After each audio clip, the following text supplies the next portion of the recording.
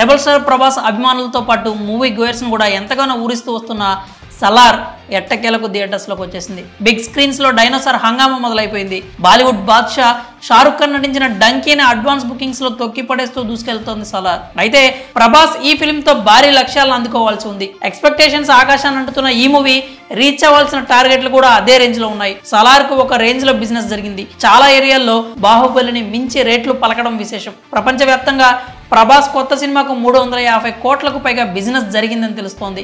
ఆ లెక్కన ప్రతి ఏరియాలోనూ సలార్కు భారీగా టార్గెట్ సెట్ అయ్యాయి. ప్రీ రిలీజ్ హైప్ బజ్ భారీగానే ఉన్నప్పటికీ మూవీ బాక్స్ ఆఫీస్ వద్ద నిలకడగా ఒక వారం పాటు పర్ఫార్మెన్స్ చేస్తే తప్ప ఆ టార్గెట్లను అందుకోవడం అంత ఈజీ కాదు. ప్రాంతాల వారీగా చూసుకుంటే నైజాంలో రికార్డు స్థాయిలో 65 కోట్ల బిజినెస్ చేసిందట.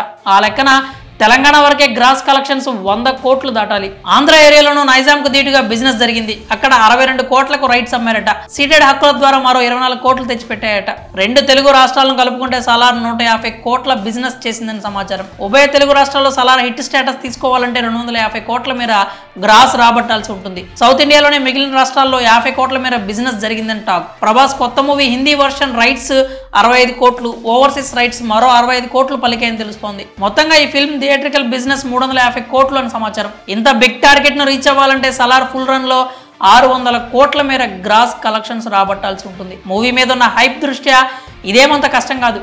కానీ సినిమాకు పాజిటివ్ టాక్ రావాలి, మంచి మౌత్ టాక్ వచ్చి రిపీటెడ్ ఆడియన్స్ కూడా వస్తే సలార్